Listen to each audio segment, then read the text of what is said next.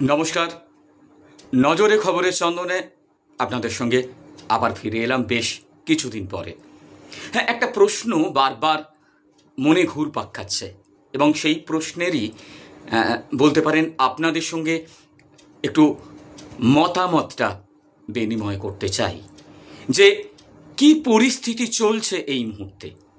এই যে সম্প্রতি তিনটে নারী নির্যাতনের ঘটনা ঘটে গেল এই রাজ্যে, আমরা দেখেছি বেশ কয়েক বছর ধরেই ঘটছে, কিন্তু সম্প্রতি যে ঘটে গেল, মনে করিয়ে দিই আপনাদের, উলুবেড়িয়ায় হাসপাতালে চিকিৎসককে ধর্ষণের হুমকি।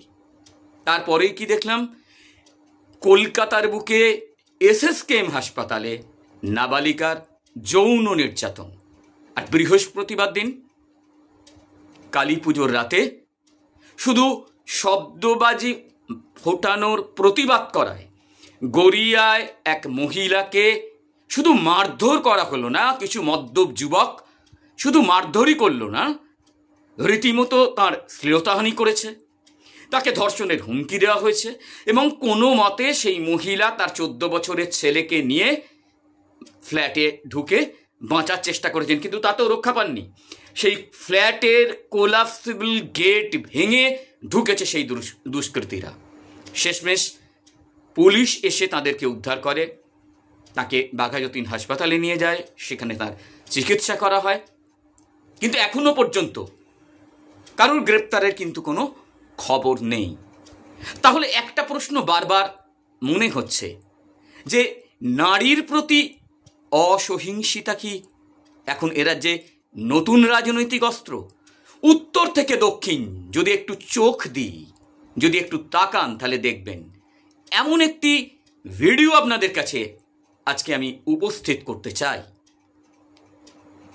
যেটা দেখলে হয়তো অনেকেরই সেটা জানা নেই। হ্যাঁ, উত্তর 24 পরগনার পানশিলার 18 নম্বর ওয়ার্ড, পানিহাটি পুরসভার 18 নম্বর ওয়ার্ডে ঘটে গেছে সেই ঘটনা। স্থানীয়রা বলছেন শাসক দলের 2 মহিলা গোষ্ঠী তারাই জড়িয়েছেন মারামারিতে। ভালো, মারামারিতে জড়িয়েছেন, খুব ভালো, কিন্তু কেন জানেন?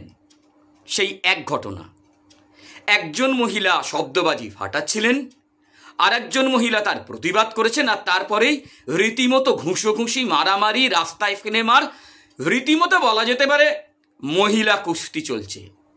একেবারে সেই ভিডিও আপনাদের কাছে তুলে ধরব, আর তা দেখে কিন্তু আপনিও চমকে যেতে পারেন। আসুন দেখে নিই সেই ভিডিও।